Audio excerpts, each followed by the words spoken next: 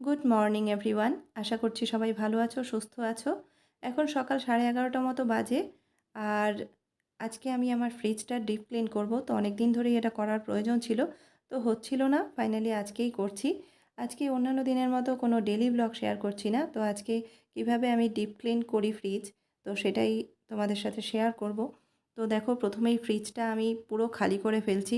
পুরো ভর্তি হয়ে গিয়েছিল, প্রচুর জিনিস মানে এটার মধ্যে ঢোকানো ছিল। আর গরমকাল যেহেতু, সমস্ত কিছুই পিঁপড়ে ধরার একটা ব্যাপার থাকে, সেই জন্য যা পেরেছি বেশিরভাগ সমস্ত কিছুই ফ্রিজের মধ্যে রেখেছি। তো সেই জন্য প্রথমে পুরো ফ্রিজটা আমি খালি করে নেব।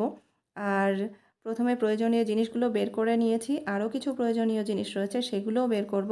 আর এখন যেটা করছি, একটা ক্যারি ব্যাগ নিয়ে নিয়েছি, তাতে যে জিনিসগুলো আমার বাদ দিয়ে দিতে হবে, মানে অপ্রয়োজনীয় জিনিস কিছু ফ্রিজের মধ্যে থেকে যায় অনেক সময়, যেগুলো বাদ দেওয়া হয়ে ওঠে না।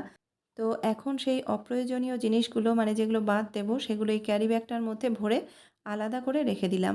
আর এরপরে আরও যে প্রয়োজনীয় জিনিস রয়েছে যেগুলো থাকে ফ্রিজের মধ্যে, সেগুলোকে আমি সমস্তটাই বের করে নিচ্ছি। তো মাসে একবার অন্তত ডিপ ক্লিন করতে পারলে ফ্রিজ ভালো পরিষ্কার থাকে। 1 মাস তো হয়েই গেছে, আমার 1.5 মাস প্রায় হয়ে গেছে, তো সেই জন্য একটু নোংরাই হয়েছে। আর আমি যেটা মাঝে মধ্যে করি, তো সবজির বক্সটা হয়তো খুলে একটু পরিষ্কার করে নিই, বা ফ্রিজের যে অন্যান্য পার্টগুলো থাকে সেগুলো এমনিই মুছে নেই ভেতর থেকে। তো এবার আর সেটা করছি না, একদম পুরোপুরি ডিপ ক্লিন করব। তো সমস্ত কিছু আমি বের করে নিয়েছি। এবার ফ্রিজের যে পার্টগুলো আছে যেগুলো খোলা যায়, সেই জিনিসগুলো আমি এক এক করে খুলে রাখছি। তো ফ্রিজটা ভীষণই এলোমেলো হয়েছিল, মানে অগোছালো হয়েছিল সমস্ত কিছু। যেহেতু গরমকাল, বেশিরভাগ জিনিসই ফ্রিজে রাখতে হচ্ছে। তারপরে যেটা বললাম, পিঁপড়ের জন্য যেটা পেরেছি সেটাই ফ্রিজে রেখেছি। তো অনেক জিনিস ভর্তি হয়ে গেছিলো, যার জন্য ফ্রিজটা অগোছালো হয়ে গেছিলো। তো আজকে একদম সুন্দর করে পরিষ্কার করে ডিপ ক্লিন করে তারপরে ভালো করে ফ্রিজটা গুছিয়ে রাখবো। তো এখন যে পার্টগুলো আমি খুলে নিচ্ছি, এগুলো খুব সাবধানে বের করে রাখছি, কারণ যেহেতু এগুলো গ্লাস ভেঙে যাওয়ার ভয়, তো সেই জন্য খুব সাবধানে আমি খুলে নিলাম। আর কিছু পার্ট আলাদা করে রেখেছি, এগুলো পরে পরিষ্কার করব। আর এখন একটা বালতিতে নিয়ে নিয়েছি জল, হাফ বালতি মতো জল নিয়ে নিয়েছি, হাফ বালতির কিছুটা কম।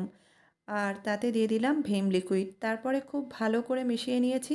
আর এখন শুধুমাত্র একটা ভেজা কাপড় দিয়ে, যে ময়লাগুলো ছিল, তো নোংরা হয়েছিল ফ্রিজটা, তো সেইগুলো আমি ভিজে কাপড়টা দিয়ে একটুখানি মুছে নিচ্ছি, মানে সেই ময়লাগুলো সরিয়ে নিচ্ছি। আর একটা নরম কাপড় দিয়েই আমি পুরো ফ্রিজটা পরিষ্কার করব, এতে কোনো রকম সমস্যা হবে না, খুব সুন্দর পরিষ্কার হবে। আর কোনো রকম স্কচ ব্রাইট আমি ইউজ করিনি, কারণ স্কচ ব্রাইট ইউজ করলে ফ্রিজটাতে দাগ হয়ে যাবে।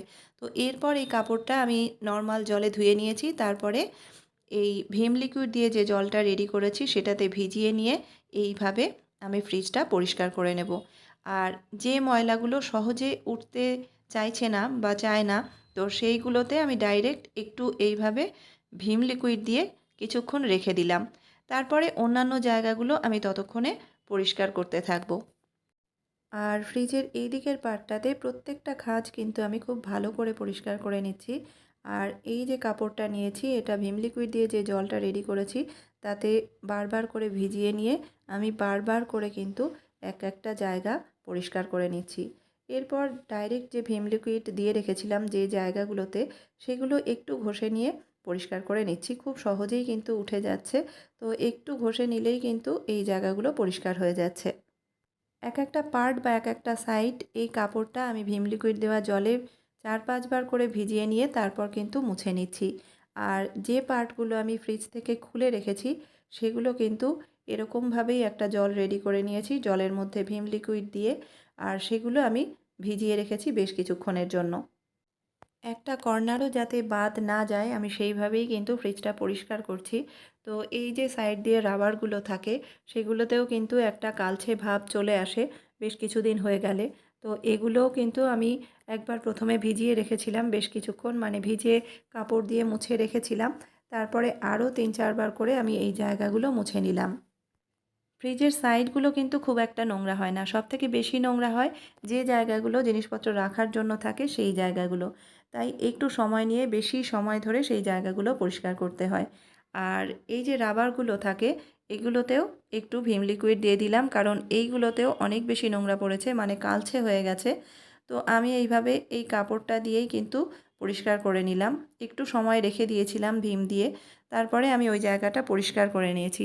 আর এই রাবারগুলো যেহেতু একটু খাঁজ টাইপের থাকে, তাই ওই জায়গাগুলো কিন্তু টুথব্রাশ দিয়েও পরিষ্কার করতে পারো তোমরা, তবে আমি কাপড় দিয়েই ভালো করে পরিষ্কার করেছি। যে টুথব্রাশগুলো বাদ দেওয়া থাকে সেই ধরনের টুথব্রাশ দিয়ে ওই জায়গাগুলো কিন্তু পরিষ্কার করে নেওয়া যায়।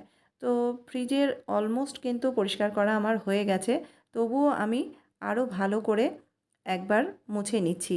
আর এই ভীম লিকুইড দেওয়া জল দিয়ে বললাম অনেকবার করে আমি মুছেছি, 4-5 বার করে প্রত্যেকটা জায়গা আমি মুছে নিয়েছি। আর এইভাবে সমস্ত ফ্রিজটা যখন আমার পরিষ্কার করা হয়ে যাবে, তারপরে আমি একটা শুকনো কাপড় দিয়ে কিন্তু ফ্রিজের ভেতরটা খুব ভালো করে মুছে নেব। তো ফ্রিজের ভেতরটা পরিষ্কার করা হয়ে গেছে, আর ভেতরটা পরিষ্কার করার পর এই কাপড়টা কিন্তু আমি খুব ভালো করে ধুয়ে নিয়েছি। তারপর এখন ফ্রিজের বাইরেটা আমি ভালো করে মুছে নিচ্ছি। আর ফ্রিজের ভেতরটা পরিষ্কার করতে গিয়ে যে ভীম লিকুইড জলটা আমি ইউজ করেছিলাম সেটা পুরো ফেলে দিয়েছি। দিয়ে নতুন করে আমি আরও একবার ওই একই রকম জল তৈরি করে নিয়েছি ভীম লিকুইড দিয়ে। আর সেটা দিয়ে ফ্রিজের বাইরেটা কিন্তু আমি একই রকমভাবে 3-4 বার ভালো করে মুছে নিয়েছি। তো এরপরে আমি ফ্রিজের ভেতরের অংশটা একটা শুকনো কাপড় দিয়ে খুব ভালো করে মুছে নিচ্ছি। তো ভেতরটা এইভাবে ভালো করে মুছে নেওয়ার পর ফ্রিজের বাইরের অংশটাও কিন্তু একই রকমভাবে আমি শুকনো কাপড় দিয়ে খুব ভালো করে মুছে নেব। ফ্রিজের ভেতর বাইরে সবটাই কিন্তু খুব ভালো করে আমার পরিষ্কার করা হয়ে গেছে।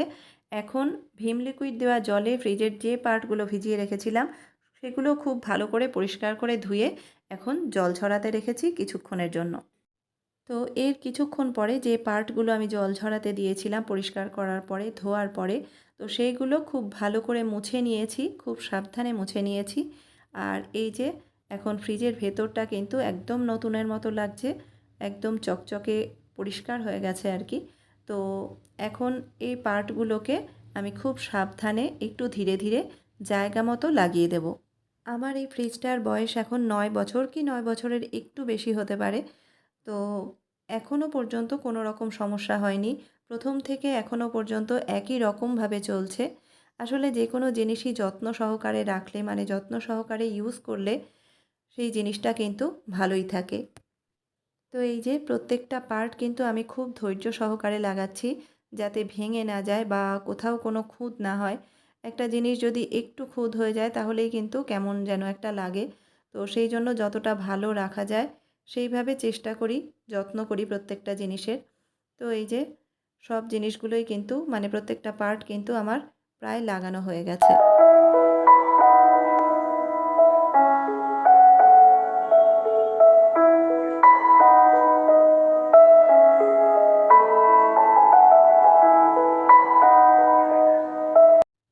এবার ফ্রিজের ভেতরে যে জিনিসগুলো ছিল, যেগুলো ফ্রিজ পরিষ্কার করার আগে আমি বাইরে বের করে রেখেছিলাম, সেগুলোকে এবার জায়গা মতো রেখে দেওয়ার কাজ।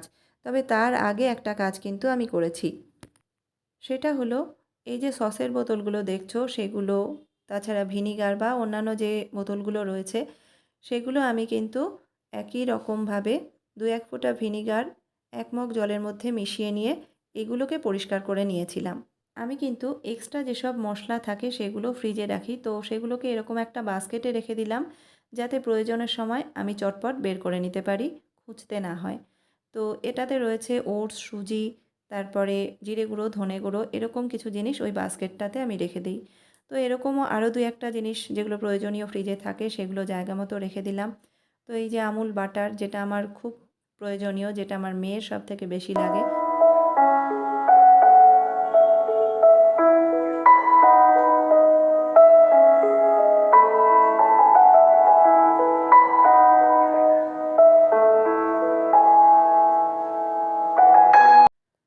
তো ফ্রিজের ভেতরটা কিন্তু সম্পূর্ণ আমার গোছানো হয়ে গেছে। এবার ফ্রিজের ওপরটা একটু গুছিয়ে নেব। তো এরকম একটা কভার দিয়ে দিলাম। ফ্রিজের ওপরেও কিন্তু আমার টুকটাক কিছু জিনিস রাখতে হয়। সেই জন্য আমি সবসময় একটা ট্রে রেখে দেই। তো এরকম একটা ট্রে আমি ফ্রিজের ওপরে রাখি।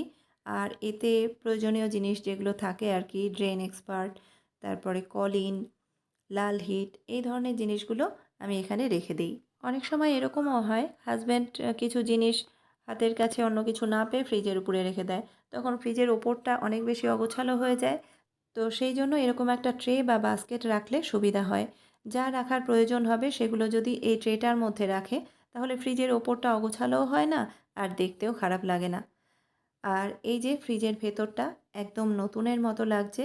পুরো ডিপ ক্লিন করে তারপরে সুন্দর করে গুছিয়ে রেখেছি। তো এই ছিল আমার ফ্রিজ ডিপ ক্লিন করার পদ্ধতি। তো মাত্র একটা উপকরণ দিয়েই কিন্তু আমি সম্পূর্ণ ফ্রিজটা ডিপ ক্লিন করেছি। তো আজকের ভিডিওটা এইটুকুই। যদি ভিডিওটাতে কিছু ভালো লেগে থাকে বা যদি এতটুকু তোমরা উপকৃত হও তাহলে প্লিজ একটা লাইক দিও আর কমেন্ট সেকশানে গিয়ে জানিও আমার ভিডিও তোমাদের কেমন লাগে। আর আমার চ্যানেলে যারা নতুন তারা প্লিজ চ্যানেলটিকে সাবস্ক্রাইব করে দিও। আবার দেখা হবে নতুন একটা ভিডিওতে। ততক্ষণের জন্য সবাই ভালো থেকো, সুস্থ থেকো।